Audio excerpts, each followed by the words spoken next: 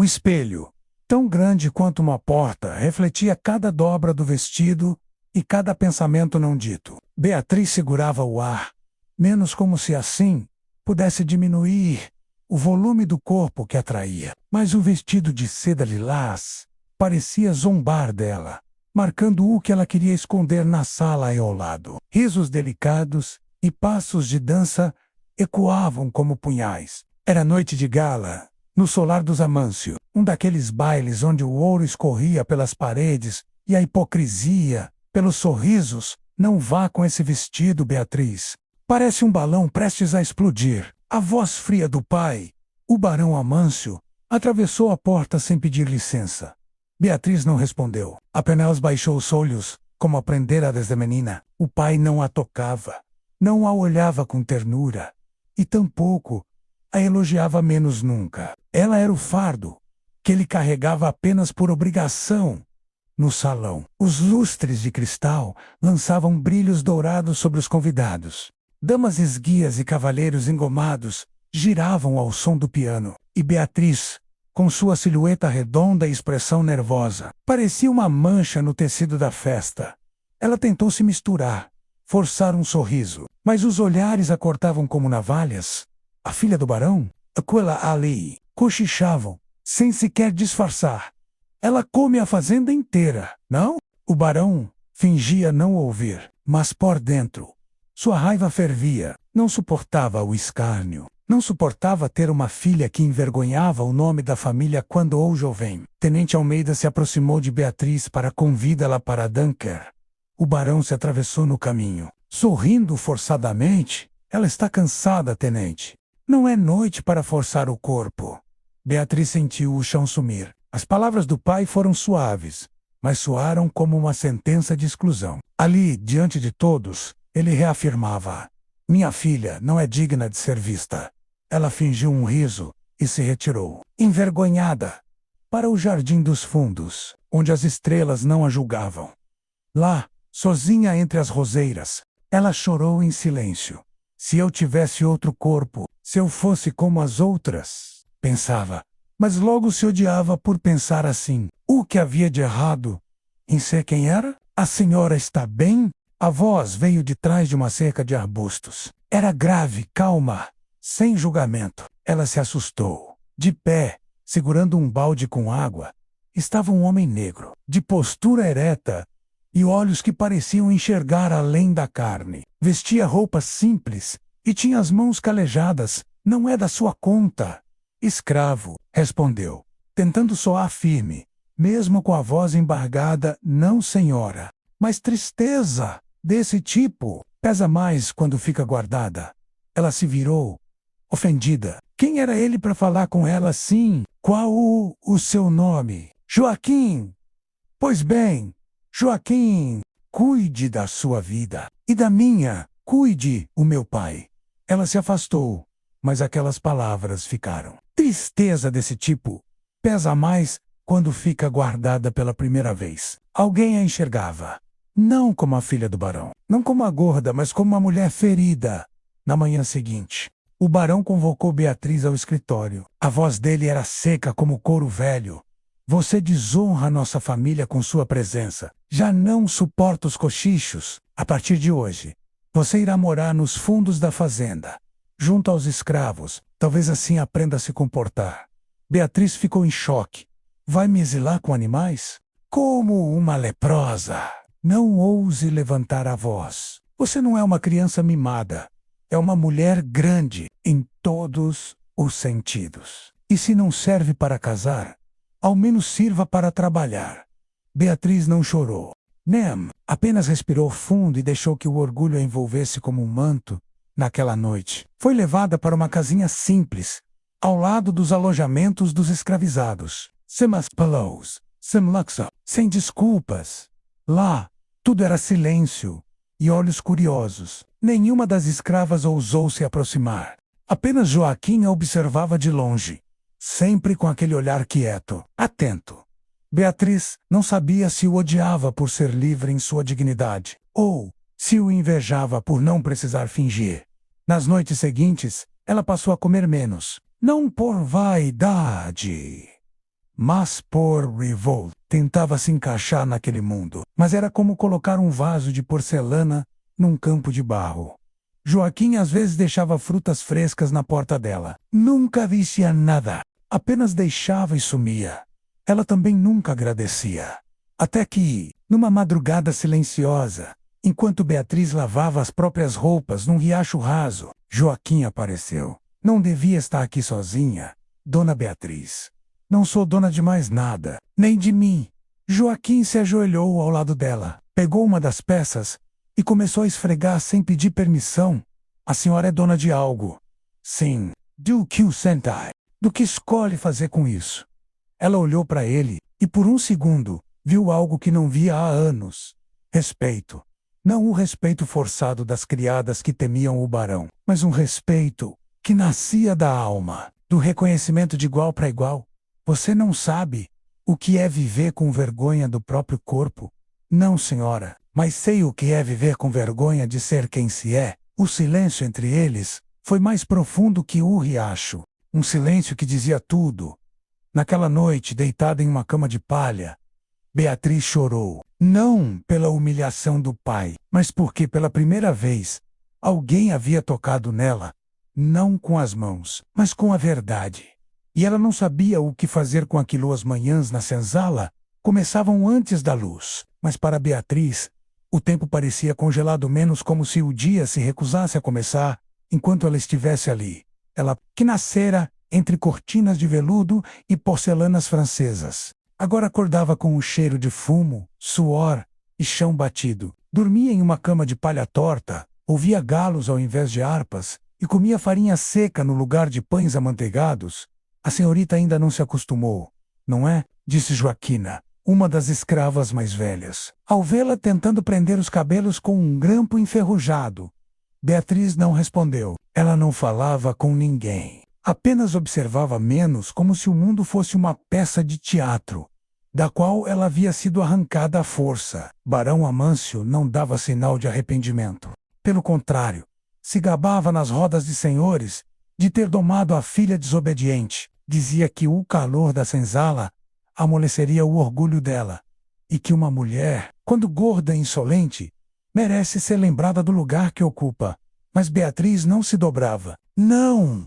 Na frente dele, mesmo com o estômago roncando, a pele marcada pelas picadas dos insetos e o orgulho em farrapos, ela mantinha a postura ereta. O barão não suportava isso. Ela ainda parecia nobre, ainda o desafiava com o olhar. Foi então que ele decidiu ir além. Quero que ela lave as roupas dos outros escravos, e que sirva as refeições também. Mas, senhor, é a filha do senhor. Tentou argumentar Dona Wanda, a governanta. Foi. Agora é apenas mais uma, e precisa aprender a servir. Já que não sabe ser servida, a ordem se espalhou feito pólvora, e no dia seguinte, Beatriz foi obrigada a ficar em pé, diante de uma fila de escravos, com uma tigela de angu nas mãos.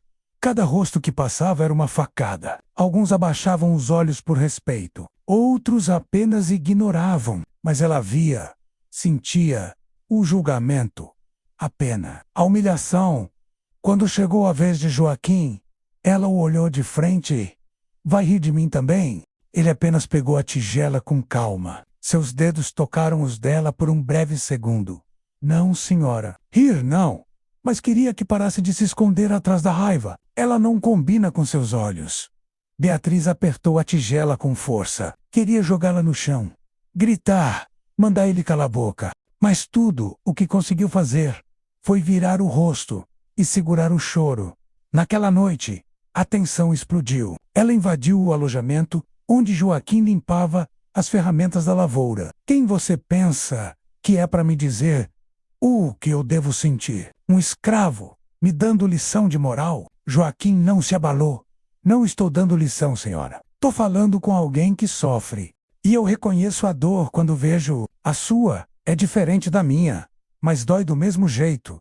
Beatriz se calou. Pela primeira vez, não havia resposta. Apenas um nó na garganta. Por que você me trata como igual? Perguntou, quase num sussurro. Porque quando a gente olha para o outro com o coração, a cor da pele, o corpo, O título. Tudo isso desaparece. Ela ficou parada, sem conseguir se mover. Aquelas palavras eram uma faca abrindo um espaço onde antes só havia pedra. Você devia me odiar. Eu fui criada para achar que você é inferior. E eu fui criado para obedecer calado. Mas a senhora me vê agora. Não vê? Eu também vejo a senhora. Foi naquele instante que Beatriz sentiu algo que não sabia nomear. Não era amor ainda. Nem era disarm. Como se alguém tivesse finalmente abaixado sua guarda, com um simples toque de humanidade. Dias depois, o barão apareceu sem aviso nos fundos da fazenda. Queria ver como andava o castigo. Encontrou Beatriz ajoelhada, lavando as próprias roupas num balde de madeira. As mãos dela estavam feridas, o vestido encardido, mas os olhos estavam calmos. Vejo que finalmente aprendeu seu lugar. Beatriz não respondeu. Tem servido bem aos negros? Quem diria? Minha filha, escrava dos escravos. Ela se levantou, suja de água e sabão. Ficou diante dele como se ainda usasse seus velhos vestidos de nobreza. Não sou escrava de ninguém, nem da sua vergonha, nem do seu orgulho. O barão bufou. Incrédulo, você está se rebelando. Com quem você tem andado? Foi aquele negro, aquele tal de Joaquim? Beatriz arregalou os olhos, mas não disse nada. O silêncio ali era confissão. Então é isso. Você se deita como escravo agora? Você mancha o nosso nome com o sangue da senzala? Ele saiu furioso. E Beatriz, ao vê-lo partir, sentiu algo estranho. Medo não por si, mas por Joaquim. Naquela noite, ela bateu à porta do quartinho de Joaquim. Meu pai desconfia. Você precisa se cuidar. Ele é capaz de tudo. Joaquim não demonstrou medo, apenas assentiu com a cabeça. Ele não me assusta. O que ele pode tirar de mim que já não tenha tirado? Beatriz quis dizer algo, mas não conseguiu. E por um instante, ficou ali, parada, olhando para ele como se quisesse guardar aquele momento no corpo. Boa noite, Joaquim. Boa noite, dona Beatriz. Mas o jeito como ele disse o nome dela, sem ironia, sem obediência, apenas com ternura, fez com que ela saísse dali com o coração em chamas. O sol ainda se escondia atrás das colinas quando Beatriz saiu de sua cama de palha, sem saber o motivo que a despertara tão cedo. Havia algo pulsando dentro dela, menos uma inquietação estranha, como se o coração tivesse descoberto uma nova batida. Na beira do riacho, Lou estava Joaquim, de pé, lavando as ferramentas da lavoura. O vapor da água morna subia entre seus ombros, e o silêncio da manhã parecia se curvar ao redor dele. Beatriz o observou por longos minutos.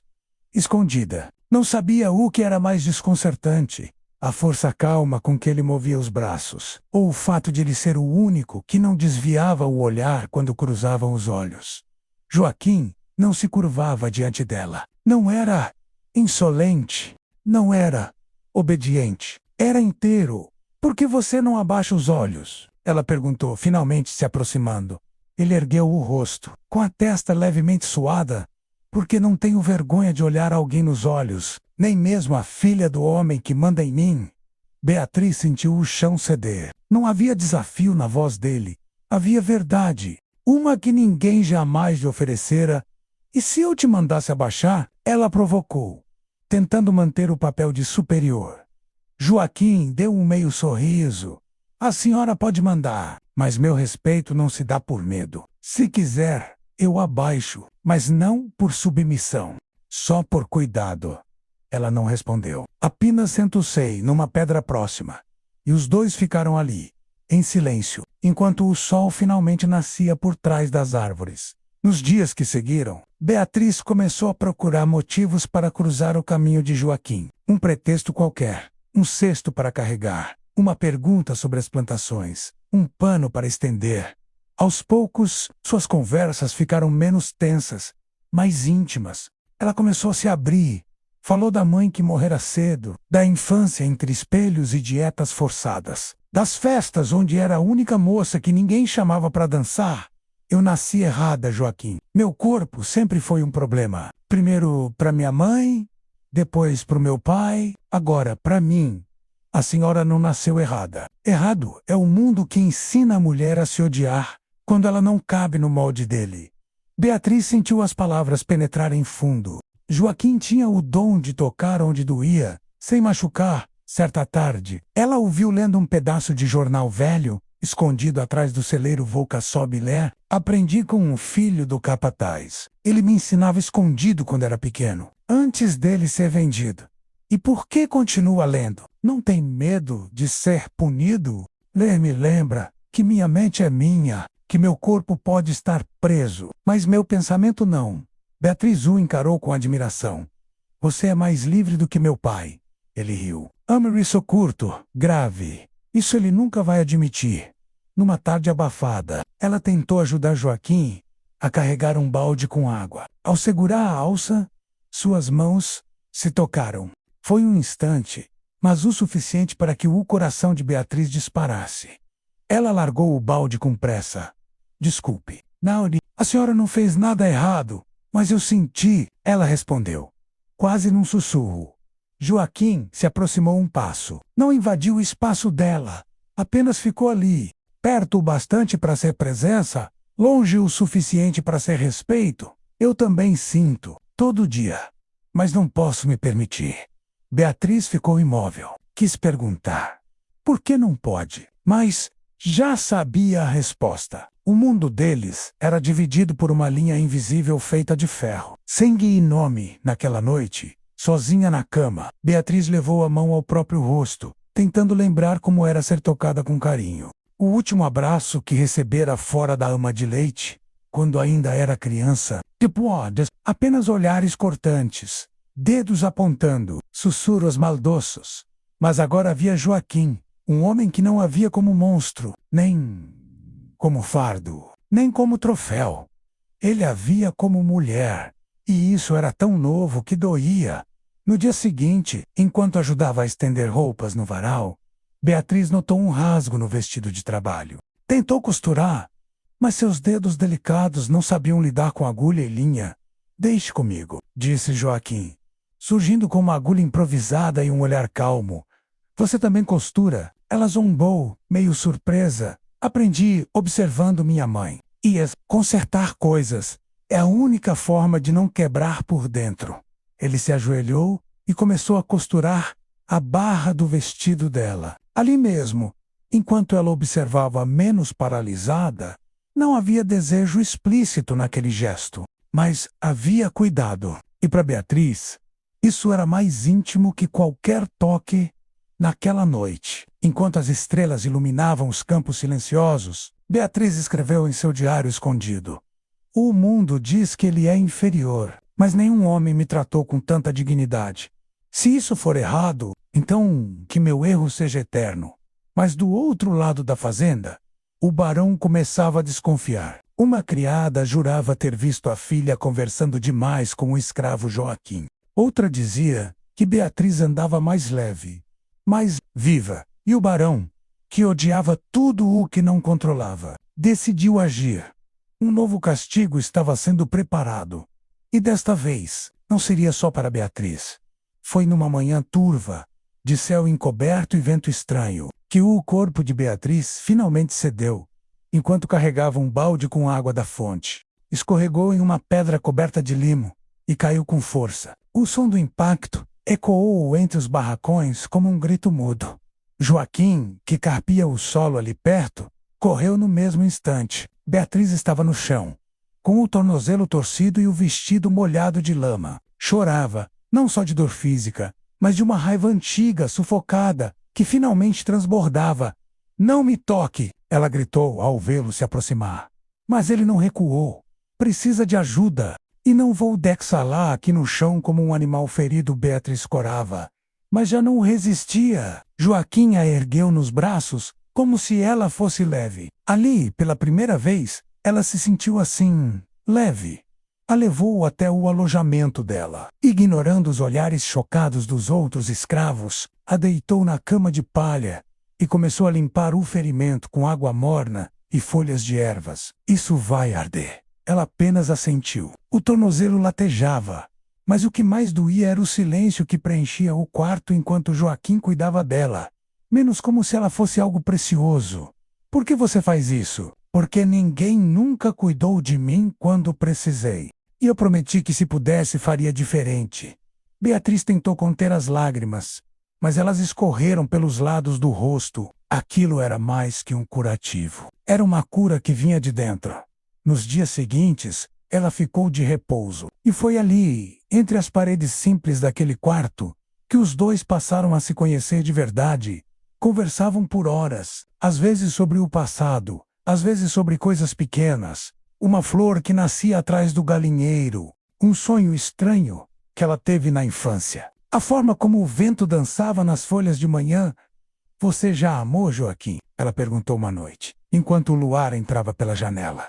Ele demorou a responder. Não como se ama de verdade. Já quis, já desejei, mas nunca fui livre para amar. E se fosse? Ele a olhou. Acho que amaria alguém que me olhasse como pessoa, não como senhor, nem como servo, como alguém inteiro. Beatriz sentiu o coração acelerar. Quis dizer que o olhava assim. Quis dizer que talvez já o amasse. Mas as palavras ficaram presas na garganta. E a senhora? Jay foi amarga. Ela riu, amarga. Não, nem por mim mesma. Silêncio. E então, sem perceber, Beatriz estendeu a mão. Joaquim a segurou. Duas mãos entrelaçadas no escuro. Mas aquilo foi mais íntimo do que qualquer carícia. Nos dias que se seguiram, a recuperação de Beatriz foi lenta, mas dentro dela, algo florescia com força. Ela passou a rir de pequenas coisas, a dormir melhor, a comer com mais apetite. Sua alma antes esmagada, agora ganhava forma. Mas o mundo lá fora não dormia. O barão Amâncio, cada vez mais incomodado com o silêncio da filha e os rumores da senzala, mandou chamar um feitor para verificar o comportamento dela. E no dia seguinte, uma criada encontrou o quarto de Beatriz revirado. O diário havia sumido. E com ele, todas as palavras que ela jamais ousara dizer em voz alta, inclusive sobre Joaquim. Naquela noite, Beatriz teve um pressentimento. Um calafrio percorreu sua espinha sarrumancando, apoiada num cajado improvisado, até o campo onde Joaquim costumava trabalhar sozinho à noite. Joaquim! Ela chamou, quase em desespero. Ele surgiu das sombras, suado, com as mãos cobertas de terra. O que houve? Acho que meu pai vai fazer alguma coisa. Ele sabe, ou desconfia. Meu diário sumiu. Você precisa fugir. Joaquim ficou em silêncio. Depois suspirou fundo. Fugir não é liberdade. É só outra prisão com nome diferente. Nem eu enfrento. Beatriz sentiu a garganta fechar. E se ele te machucar? Matter. Então morro sendo quem sou. Mas não abaixo a cabeça para a injustiça. Nem por amor, nem por mim. Ele a olhou nos olhos. E ali, no silêncio tenso daquela noite, algo finalmente se quebrou. Ele se aproximou devagar. Beatriz ficou imóvel. O rosto dele a centímetros do dela. A respiração dos dois se misturando. Por você, eu viveria, mas não às escondidas. Então, seus lábios se tocaram. Um beijo calmo, profundo, cheio de dor e desejo contido. Um beijo que dizia: Estamos vivos, mesmo que o mundo não permita. Mas ao longe, o som de passos apressados e um grito. Está ali, com um escravo. Beatriz e Joaquim se separaram num pulo. A noite deixou de ser abrigo e virou ameaça. O destino já havia sido lançado. A noite estava carregada. O céu, escuro como ferro fundido, ameaçava desabar. A fazenda inteira parecia presa a um suspiro contido, como se o mundo soubesse que algo terrível estava prestes a acontecer. Joaquim havia desaparecido. Beatriz, trancada à força no quartinho onde dormia, batia contra a porta de madeira com os punhos fechados, o rosto coberto de lágrimas e lama. Onde ele está? Que fizeram com ele? Ela gritava, mas ninguém respondia. Duas criadas A vigiavam do lado de fora, sem ousar sequer encará-la.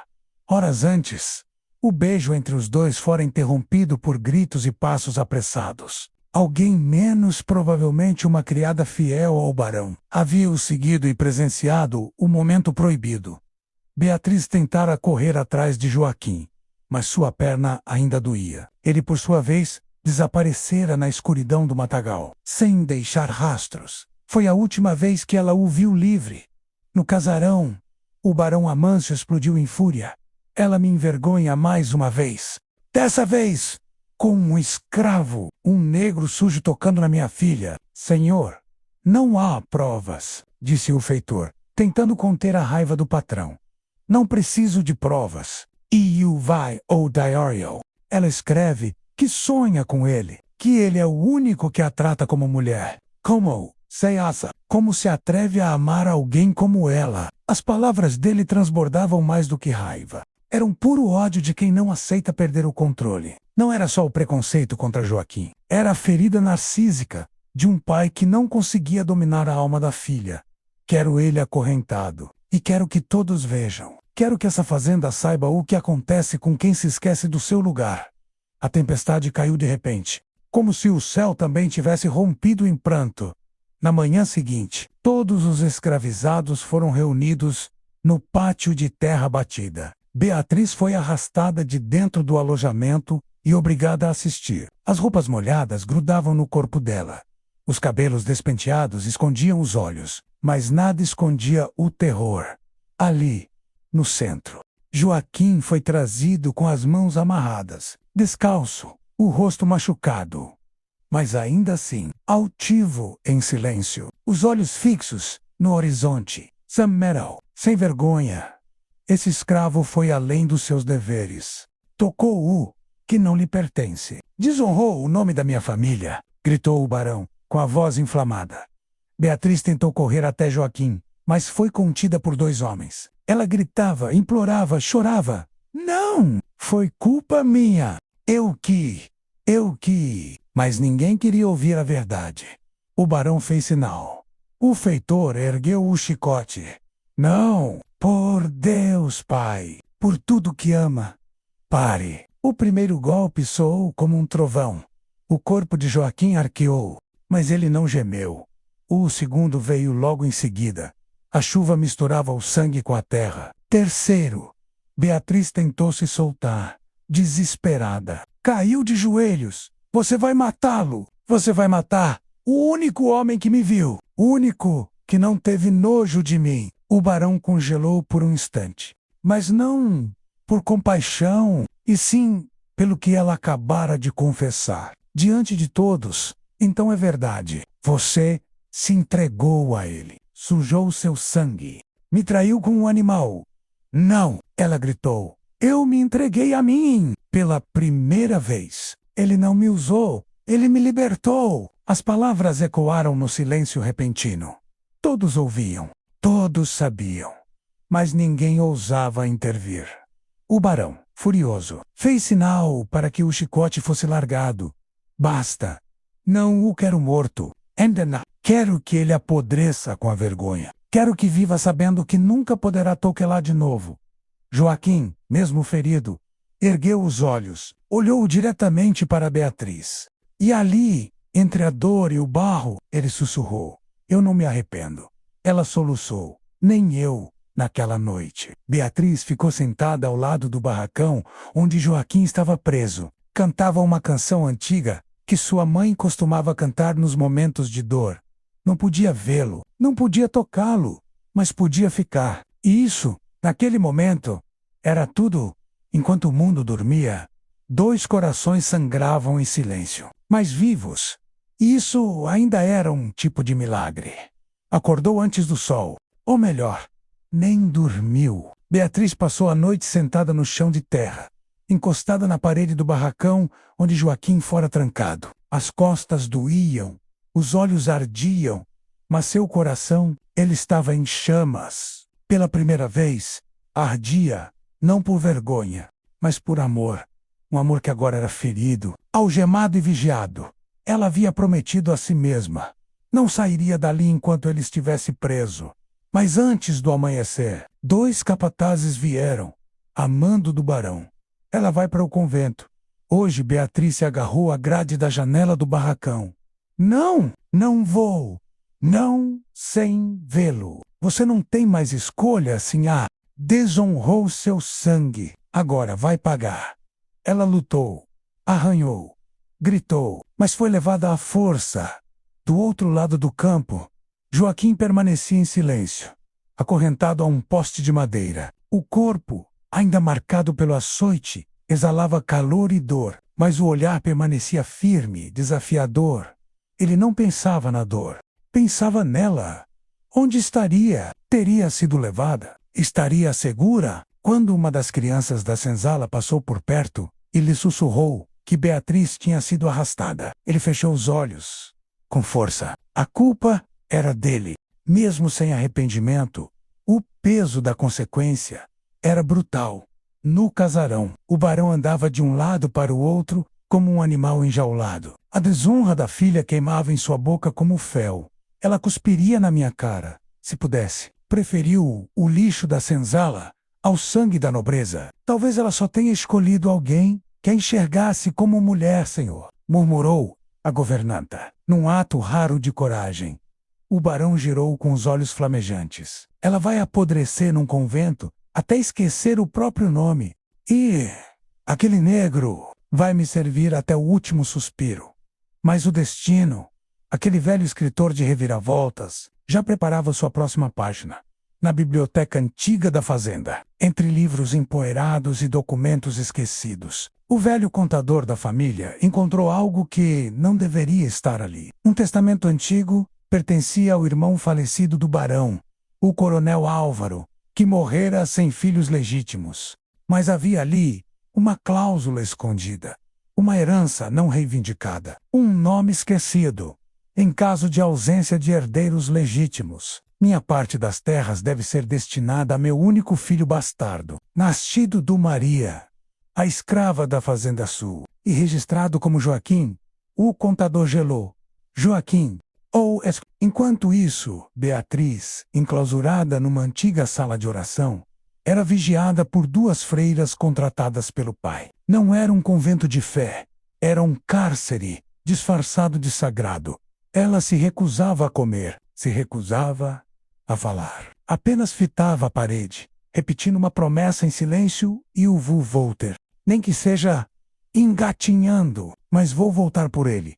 Na senzala, Joaquim recebia a visita secreta de Joaquina, a velha escrava Joaquim. Você precisa saber, ouviu o contador falando com um padre. Você é filho do irmão do barão. Ele ficou em silêncio. Não é só um bastardo. Parte da fazenda é sua por direito.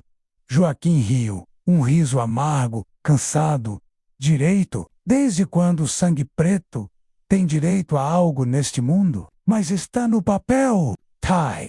Isso muda tudo, menino. Ele balançou a cabeça. Nada muda, enquanto as correntes ainda estiverem nos pulsos. Mas no fundo, algo começava a mudar. Naquela mesma noite, a velha Joaquina entregou ao barão uma carta, escrita à mão. É de Beatriz. O barão rasgou o envelope sem piedade. Leu, em silêncio. Era curta, direta, e cada palavra era um veneno. Se minha prisão é o preço por amar, então estou livre. Sua vergonha é sua. Minha alma é minha. Eu volto, nem que seja como um espectro para te assombrar. Beatriz, o barão gritou. Rasgou a carta e deu ordem. Amanhã, Joaquim será vendido para as minas longe, onde nunca mais verá ninguém. Mas naquela madrugada, alguém bateu à porta do quarto do barão. Era o Padre Louco. Acompanhado do contador e de 2 homens da corte, precisamos conversar. É sobre a legalidade de uma herança. E ou não, Joaquim, o mundo do barão estava prestes a ruir. E ele ainda não fazia ideia do que viria. A noite caiu como um véu pesado sobre a fazenda. Mas dentro de Joaquim, algo começava a se acender. Uma faísca que ele nunca ousara alimentar. Esperança. A revelação de que era filho do irmão do barão, herdeiro de parte das terras que lavrava com os próprios calos. Aquilo era mais do que um pedaço de papel. Era um pedaço de liberdade. Uma porta entreaberta. Mas a corrente ainda estava lá. E Beatriz ainda estava longe, na sala principal da fazenda. O barão Amâncio escutava com a face lívida o padre e o contador explicavam, palavra por palavra, com documentos em mãos. Este testamento é legítimo. Barão Joaquim foi reconhecido como filho bastardo do coronel Álvaro, com plenos direitos sobre a parte da herança que lhe caberia. Isso é um absurdo. Ele é um escravo, um filho de escrava. E o bastardo. Mas um bastardo com direito legal. O senhor sabe que se isso for a corte, o escândalo pode engolir sua reputação. E suas terezu sueva frio. Vocês não vão dizer nada. Eu pago o quanto for preciso. Queimem esse papel. Mas o contador se negou. E o padre apenas lançou um olhar firme. A verdade não se queima. Barão, ela sobrevive até no fogo. Enquanto isso, Beatriz continuava trancada. O convento improvisado, agora, era uma prisão sufocante. Mas havia uma freira mais jovem, menos irmã, Clara menos que via nos olhos da moça algo que não conseguia ignorar. A dor de quem ama, sem permissão, numa noite silenciosa. Clara entrou com uma bandeja de comida e um bilhete escondido sob a toalha. Beatriz abriu com as mãos trêmulas. Ela está viva e tem um nome que ninguém pode tirar dele. A hora está chegando. Prepare-se. O bilhete era de Joaquina, entregue por um dos meninos da senzala. Beatriz sentiu o sangue voltar ao corpo. A alma, antes em cativeiro, se reergueu. Ela pediu à freira papel e tinta. Irmã Clara hesitou, mas cedeu. Beatriz escreveu como quem planta uma semente. Joaquim, se ainda respira, me espere. Minha alma caminha até você. Mesmo que meu corpo esteja preso, eu vou sair, e nós dois vamos nascer de novo. Na fazenda, Joaquim foi chamado à sala principal. Lá estavam o padre, o contador e o barão. O rosto do velho estava pálido como cera. Você sabe o que tem em mãos, escravo. Joaquim não respondeu. O contador falou por ele. Ele tem a parte da terra que era do irmão do senhor. Está tudo aqui. Salado. Registrado, o barão olhou para Joaquim com um ódio que beirava o desespero. Você acha que vai ser senhor agora? É? Vai usar terno mandaremim? Casar com a minha filha? Você nunca vai deixar de ser o que é. Joaquim se aproximou devagar, os olhos serenos, mas firmes. Eu não quero suas roupas, nem sua cadeira. Quero só o que é meu, minha liberdade e a dela. Acha que pode levar Beatriz? Ela é minha filha. Ela carrega meu nome. Ela carrega seu nome, mas não mais suas correntes. Silêncio. O padre interveio. Se o senhor tentar impedir essa herança, o caso vai à corte. E o nome dos Amâncio será manchete em toda a província. O barão entendeu. Ele havia perdido. Na madrugada seguinte, Joaquim caminhava pelo campo, com um documento de liberdade em mãos e um destino no coração. No convento, irmã Clara deixou a porta destrancada. Beatriz saiu em silêncio, com os pés descalços, levando apenas uma trouxa com roupas simples e um papel amarrotado, a carta de Joaquim, entregue por um mensageiro. Não te amo porque você me libertou. Te amo porque você me viu quando eu mesmo já tinha me apagado. Te espero na estrada, onde o sol nasce de verdade. O reencontro foi simples, no meio da estrada de terra. Ainda molhada pela chuva da noite, os dois se viram. Ela descia o morro com o vestido sujo. Ele vinha com as botas gastas e os olhos marejados. Nenhuma palavra foi dita. Beatriz apenas correu, mesmo com o tornozelo ainda doendo, e caiu nos braços dele, entre árvores silenciosas e pássaros curiosos. Os dois se abraçaram como quem volta para casa, como quem nunca mais quer partir. Mas o mundo não se cala tão fácil. O barão, humilhado e furioso, ainda preparava sua última cartada. E a última reviravolta estava por vir. A estrada onde Joaquim e Beatriz se reencontraram foi também o primeiro chão de liberdade que ambos pisaram. Nenhum dos dois sabia para onde iam exatamente, mas havia algo maior guiando seus passos. A certeza de que estavam juntos e vivos. Foram acolhidos por uma vila de libertos, nas margens do rio Parnaíba. Um povoado simples, feito de casas de barro, mãos calejadas e corações generosos. Ali, ninguém perguntava sobre passado. Ali, bastava existir. Beatriz, pela primeira vez, não precisava esconder o corpo. Caminhava entre as outras mulheres, com roupas leves, cabelos soltos e o rosto aberto ao sol. Os homens olhavam, mas não julgavam, e as mulheres a acolhiam com sorrisos sinceros. Ela passou a ensinar leitura para as crianças. Joaquim, por sua vez, usou o pouco da herança que conseguiu manter para comprar ferramentas, sementes e ajudar a erguer a primeira escola da vila. Eles não se casaram com festa, mas construíram uma casa de madeira, no alto do morro com vista para o rio, e ali, todas as noites, dormiam um ao lado do outro, como dois sobreviventes que aprenderam a amar sem medo. Enquanto isso, o barão Amâncio se via cercado por ruínas. A fazenda, antessímbolo de poder agora, era um mausoléu de silêncio e abandono. A notícia de que um ex-escravo herdara parte das terras dos Amâncio se espalhou como fogo em Campo Seco. A nobreza cuspiu seu nome. Os aliados desapareceram. Os credores bateram à porta. Mais cruel do que a falência financeira era a solidão. Sua filha nunca mais voltou. E ele nunca mais foi chamado de senhor com respeito.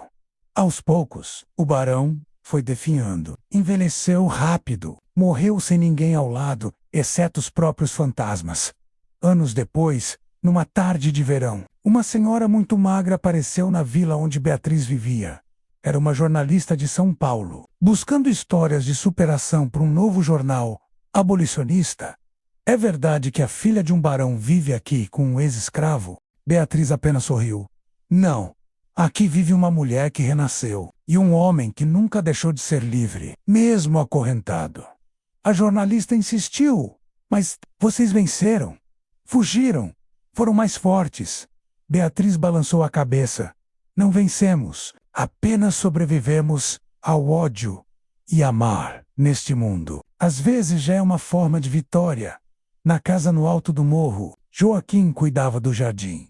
Suas mãos, que antes arrancavam ervas sob ordens de gritos, agora plantavam flores por prazer. Beatriz o observava da varanda. Joaquim. Sim.